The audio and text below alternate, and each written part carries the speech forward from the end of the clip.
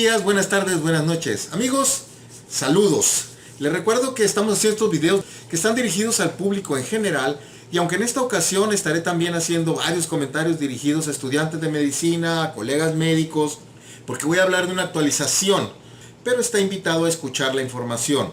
El día de hoy hablaremos de lo que hemos aprendido durante esta pandemia en el manejo del COVID-19 y voy a iniciar con una frase que dice: aquel que no conoce su historia está condenado a repetirla. Yo creo que muchos hemos escuchado esta frase que se le atribuye a Napoleón Bonaparte, pero hay muchos otros personajes de la historia a los cuales se les atribuye, por eso en realidad ya no sabemos ni dónde inició. Pero es cierto, es muy importante que analicemos la historia de lo que está pasando y que conozcamos lo que sucedió antes para no volver a repetir errores. Y por eso en esta ocasión vamos a hablar primero, antes de entrar en materia, en dónde nos encontramos con esto de la pandemia, cómo nos está yendo con la pandemia, qué hemos logrado domar, si es que ya domamos la curva, y qué es lo que hemos aprendido al final.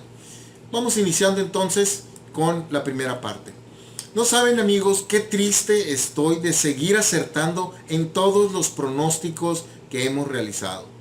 Simplemente, si ustedes revisan los videos que hemos estado haciendo en los últimos 4 meses, no hemos fallado en ninguno de los pronósticos. Y el día de ayer, en estos últimos días de julio, hoy es el último día de julio, ayer nuevamente se cumplió el pronóstico que les presenté a finales de junio.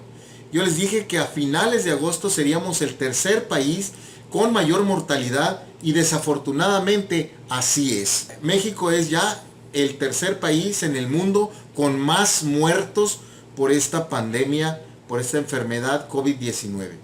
El virus del SARS-CoV-2 que produce esta enfermedad se ha convertido en la mayor amenaza mundial para la salud y la prosperidad del planeta desde la Segunda Guerra Mundial. Les estoy hablando de un evento muy grave, la Segunda Guerra Mundial. Bueno, pues nunca habíamos estado en una amenaza ni para la salud ni la prosperidad como la que se dio en ese entonces. Nomás esto es para ubicarnos en el contexto de la gravedad de la pandemia y en dónde nos encontramos en este momento. ¿Y por qué es que estamos aquí? Por más que el gobierno federal intente utilizar palabras y frases claves durante el reporte diario que nos hacen a las 7 de la tarde, simplemente el número de muertos no se puede esconder. E inclusive bajo el conocimiento de que está falseado ese dato, el gobierno continúa dándonos el número que ellos mismos ya nos dijeron que está calculado y que es 3 veces mayor el número de muertos. Sí nos han ocultado y no han hablado del número de muertos que tenemos en realidad. Yo entiendo pues que no le gusta decirnos al gobierno que se nos están muriendo los mexicanos. Sabemos que han sido decisiones equivocadas, y por ello a veces considero que por eso a veces es mejor hablar del número de camas disponibles, como si esto fuera a disminuir el desastre en el que estamos metidos. La avalancha de críticas de la semana pasada que tuvieron las autoridades, me imagino que los forzó a que otra vez continuaran mostrando el número de muertos, pero ya habían dejado de decirnos cuántos muertos hay, como que si ya al esconder el número de muertos y no hablar de ellos no existieran. Pero pues no se puede hacer eso, no podemos ocultar algo. Las gráficas que nos muestran todos los días siguen siendo manipuladas, siguen siendo cambiadas para presentarnos. Ahora lo que nos presentan es un absurdo gráfico con un porcentaje que les permite, es un porcentaje tramposo, que les permite utilizar la palabra desciende, o frases como vamos a la baja, o también esa frase de va descendiendo la intensidad. Pero se les olvida que del otro lado de la cámara también hay científicos, del otro lado de la cámara también habemos personas que sabemos que existen las mentirillas, las mentiritas, las mentiras, las mentirotas, las mentirototas y las estadísticas. Bueno, pues aún a pesar de eso ya sabemos que hemos sobrepasado a Inglaterra y ya pertenecemos al grupo de los primeros 3 países que acumulan muertos a nivel mundial. ¿Por qué nos ha ido tan mal? ¿Por qué se nos han muerto tantos mexicanos? Creo que es muy importante que analicemos los factores. La pandemia nos tomó en un momento en que la infraestructura de salud estaba muy dañada por un cambio que también hizo el gobierno y del cual tampoco les gusta hablar, las carencias que tenía ya México, que teníamos ya problemas de salud, el cambio de el seguro popular a un engendro que le llaman INSABI, pues esas dos cosas nos trajo aún más carencias físicas y recursos humanos. No sabemos exactamente cuáles fueron los factores, pero ese definitivamente es uno de ellos. Otro es el factor social. La mala alimentación, la desnutrición, la falta de ejercicio de los mexicanos. Sí, tenemos una población sedentaria. También ese es un factor que puede ser que participe en que nos haya ido tan mal. Factores económicos. Desafortunadamente tenemos una población que tiene muchas carencias. No ha permitido el aislamiento como quisiéramos.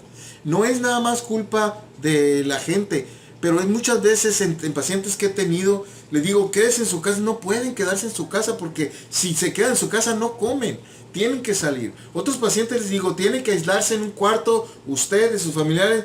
Dice, doctor, vivimos en un cuarto. Entonces, y es difícil a veces.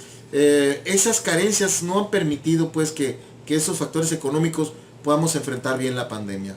Otro, el problema cultural. Tenemos un grave problema de pensamiento mágico, de mitos, de teorías de complot. Han golpeado autoridades allá para el sur de México porque piensan la gente que andan sembrando el virus. O sea, tonterías pues que desafortunadamente está muchas de esas cosas arraigadas. El pensamiento mágico de que una medicina va a curarnos, de que un tecito, de que una aspirina, de que un té de jengibre, puras tonterías son las que han llevado a que pues nos ha ido más mal todavía con la pandemia. Y yo sí quiero aquí hacer un pequeño paréntesis. Si no aceptamos los errores que tenemos, pues nunca los vamos a corregir. Tenemos que entender esto. Yo sé que mucha gente se molesta y me han pedido que no hable de política, que nomás me dedique a hablar. Les gusta el tema científico, les gustan las pláticas que damos y me han pedido, ¿sabe qué, doctor? No hable de política porque entonces me empiezan a golpear y me empiezan a tirar en las redes, ¿no? Sobre todo en los comentarios. Pero tenemos que entender que tenemos que hacer un análisis crítico, constructivo. Tenemos que hacer un análisis de lo que está pasando y tenemos que entender que algunas cosas se están haciendo mal. Y quiero repetirles aquí, yo soy un hombre de ciencia, un científico, un investigador, médico, cirujano, biólogo molecular. Yo a esto me dedico, ¿sí? No pertenezco a ningún partido político, no pertenezco a ningún grupo religioso, simplemente yo soy un libre pensador. Si me preguntan qué religión tengo, les repito, soy agnóstico, libre pensador. Yo analizo las cosas sin tendencias políticas, sin colores ni sin nada. Porque desafortunadamente, por más que me pidan que no hablemos de política, tenemos que entender que también existe un factor político muy poderoso. Porque ese factor político es el que está haciendo que tengamos los mexicanos un pensamiento irracional. No estamos pensando, irracional totalmente. Y esto lo estamos analizando y ahorita se lo voy a comentar. Por más que yo tampoco quisiera hablar de política, pero no se puede. Desafortunadamente, cuando la política se mete con la ciencia y cuando hay personajes que utilizan a la ciencia para justificar la política, desafortunadamente tenemos que hablar de política y tenemos que meternos en esto.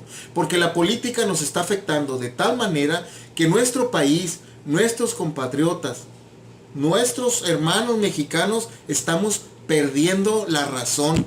Es impresionante cómo la política está haciendo que mis hermanos mexicanos, que mis compatriotas pierdan la razón. Y creo que no me puedo quedar callado y tenemos que hablar de esto. Tenemos que hablar de política, aunque sea comentar. Que estamos en un tal nivel de enajenación, estamos en un nivel casi de locura, en el que el pensamiento del mexicano, las evaluaciones que hacemos como mexicanos, el razonamiento está profundamente influenciado por el posicionamiento político que tenemos. Nuestro país está terriblemente polarizado y la posición que tristemente ha sido promovida por el gobierno e impulsada es esa de que o estás conmigo o estás contra mí. Eso es un gravísimo error porque es como decir que todo en el mundo o es blanco o es negro. cuando todos sabemos que existe una gran escala de grises y que estos extremos no son los que existen. En realidad, la escala de grises nos permite saber que las cosas son distintas y vemos el mundo de manera distinta. No nomás eso, déjate de la escala de grises. No nada más es blanco y negro y escala de grises. Hay muchos colores. No es el mundo o blanco o negro. Por eso las autoridades no nos pidan, estás conmigo o estás contra mí. Creo que hay que tomar en cuenta los colores, hay que tomar en cuenta las ideas, las opiniones que nos permitan ver el mundo realmente como es. ¿Y a qué me refiero con que hemos perdido totalmente la capacidad de razonamiento? Me refiero a lo siguiente: se hizo una consulta, la consulta Mitofsky, yo creo que todos la conocen, en donde analizaron la polarización del país, de lo que les estoy hablando. Y esto es impresionante. La polarización del país existe entre dos grupos muy grandes: los que están de acuerdo con el gobierno del presidente Andrés Manuel López Obrador y los que están en desacuerdo o los críticos. Desafortunadamente la gente ya se polarizó y esto lo ha promovido el gobierno, y nada más hay dos: o estás conmigo o estás contra mí. Y esto nos ha llevado a un grave problema de posicionamiento ideológico irracional. Ya no pensamos. Ya lo único que hace la gente cuando se le pregunta es decir, o estoy en contra o estoy a favor del gobierno. No analizan las cosas. Se les hizo una pregunta acerca del miedo. ¿Usted tiene miedo con lo que está pasando con la pandemia? Y la gente inmediatamente analiza. Si el presidente dice que todo va bien y que ya se domó la curva, entonces no debo tener miedo. Si digo que tengo miedo, estoy en contra del presidente. Entonces, debo decir que no tengo miedo. Y la gente dice, no, pues no tengo miedo. Y esto lo hicieron en la consulta Mitofsky. Y la gente que está en desacuerdo con el presidente, al revés. Si el presidente dice que todo va bien, debe ser mentira. Entonces todo está mal, entonces debo tener miedo. Ninguna posición es la correcta, ¿eh? Las dos están mal. Y les repito, yo no estoy a favor del gobierno ni en contra del gobierno. Analizando la situación, los dos lados son irracionales. Tanto decir, si el presidente dice está bien, como decir, si el presidente lo dice está mal. Estamos equivocados en ambas situaciones. Pero ese posicionamiento ideológico irracional ha llevado a que si le preguntas a la gente, a ver, 45,000 muertos, por cierto, el día de hoy, que es día último, ya llevamos 46,000, ya pasamos a ser el tercer lugar, como les digo, en el mundo de muertos. Pero cuando se hizo la consulta, le preguntaron, 45,000 muertos, ¿es mucho o es poco? Es impresionante. Digo, es un número, para todos un número. 45,000 debería de ser algo más o menos igual. Pues no, la gente que está a favor del gobierno piensa que 45,000 es poco. El 83% de la gente que apoya al gobierno dice que son pocos 45,000. Y curiosamente, la gente que no apoya al gobierno piensa que 45,000 son muchos, 72% de la población. Entonces, estamos polarizados sin pensar. Otra pregunta: ¿se pudieron evitar las muertes? Cuando la gente está de acuerdo con el gobierno dicen no, se pudieron evitar las muertes, nada más el 20% piensa que se pudieron haber evitado. O sea, el 80% dice no, de todos modos hubiera muerto la gente, como lo está haciendo el gobierno. En cambio, si le preguntas esa misma pregunta a la gente que está en contra del gobierno o los críticos del presidente, el 93% asegura que se pudieron haber evitado esas muertes. Y lo mismo, cuando se les pregunta si debemos usar mascarilla, el 60% de la gente que apoya al presidente dice que la mascarilla debería ser obligatoria, pero nada más 60. El 40% quiere decir que dicen que no debe de ser obligatoria la mascarilla, mientras los críticos del presidente dicen que la mascarilla debería ser obligatoria. A eso me refiero con que estamos totalmente polarizados. Ya no razonamos, ya no pensamos, ya nuestras decisiones las estamos haciendo en base al posicionamiento político. Y lo mismo pasa con el subsecretario López-Gatell. Este personaje está totalmente e irremediablemente ligado a la imagen del presidente. Ya su presencia se ha polarizado de tal manera que ya es poco útil. Es más, es inútil la información que nos da todos los días. La credibilidad de los datos está concentrada en los simpatizantes del presidente. Cuando les preguntan, ¿usted cree? Estamos hablando de credibilidad. ¿Usted cree que tiene razón López-Gatell? ¿Usted le cree a lo que dice? El 87% de los que apoyan al gobierno le creen a López-Gatell. El 20% le creen cuando no están de acuerdo con el gobierno. Totalmente polarizado. Y no estoy diciendo que diga mentiras, que sí nos ha dicho muchas. Lo que estoy diciendo es que ya ni siquiera pensamos lo que diga López-Gatell. Si López-Gatell dice que sí, es como si el presidente dice que sí, entonces hay que creerle. Y el otro lado igual, ¿no? Si López-Gatell nos diera un dato verdadero, nada más el 20% le va a creer de la gente que no apoya al presidente. Entonces, la polarización está evitando entonces que nosotros tomamos decisiones adecuadas. La opinión acerca de la imagen de López-Gatell es positiva en el 92% de la gente que apoya al gobierno. Y es positiva solamente en el 7% de la gente que es crítica del gobierno. Nada más el 7% de la gente que es crítica del gobierno le cree a López-Gatell. Entonces, la polarización está evitando que tomamos decisiones adecuadas. Por ejemplo, el uso del cubreboca pues está influenciado directamente con la postura del presidente de no usarlo. Y ahí es el grave problema. Desafortunadamente, el presidente de México tiene mucha influencia, mucha gente le cree, mucha gente tiene esperanza en él. Y digo desafortunadamente porque la gente que vemos este informe imparcial nos damos cuenta de que si el presidente se pusiera mascarilla podría salvar a mucha gente, pero no lo va a hacer, porque esto ya se convirtió en una necedad de una postura de que si me pongo la mascarilla va a ser como que estaba equivocado y voy a tener que aceptarlo. ¿Y cómo voy a aceptar que estaba equivocado? Una persona inteligente acepta cuando se equivoca y puede cambiar las cosas. Se está viendo más inteligente el presidente Trump, que ahora sí anda con la mascarilla y está diciendo que la utilicen,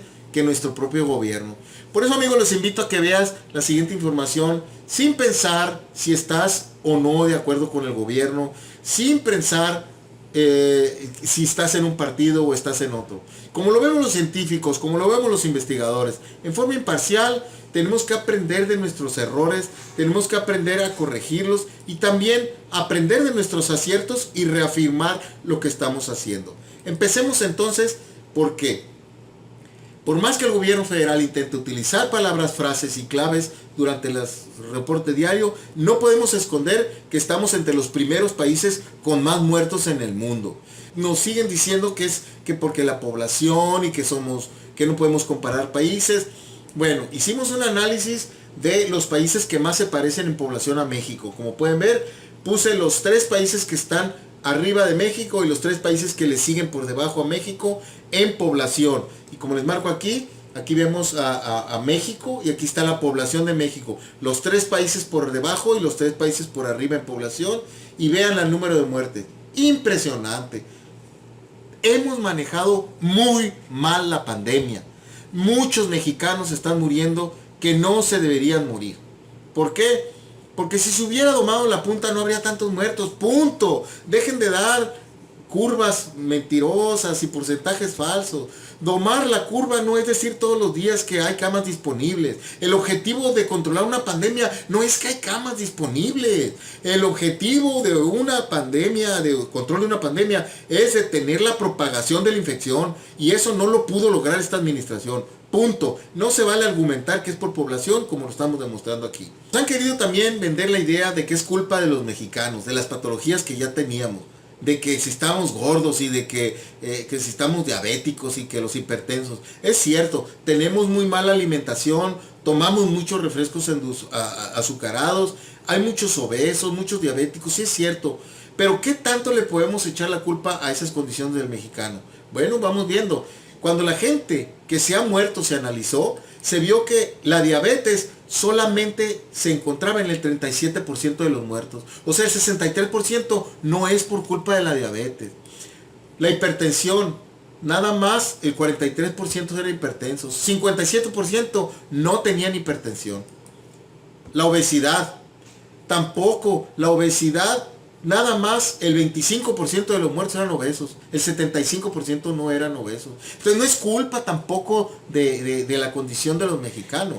No es culpa. No nos quieran vender esa idea. Si queremos sobrevivir a esta pandemia, si queremos mejorar nuestros datos, y no seguir siendo de los primeros 3 países que tienen muertos. Tenemos que ir aprendiendo de nuestros errores y de nuestros aciertos. Así que aquí les voy a presentar las lecciones que hemos aprendido en el manejo de la pandemia causada por el SARS-CoV-2 en esta enfermedad que se llama COVID-19. Ya les hemos comentado en videos anteriores que estas son las 4 etapas del manejo. El manejo antes de la infección de los pacientes en México, el manejo del que está infectado, asintomático leve, que hay que darle un tratamiento, el manejo infectado ya avanzado con más problemas de salud, pero que todavía podemos manejar en casa, y el paciente infectado crítico que tiene que irse al hospital y que muchas veces termina en UCI. Entonces vamos a ver qué es lo que hemos aprendido en cada uno de estos. ¿Qué ha pasado con la profilaxis? Bueno, el cubrebocas no es coadyuvante, ni es una ayudita, ni es un apoyo. Creo que tenemos que quitarnos de la cabeza esa información.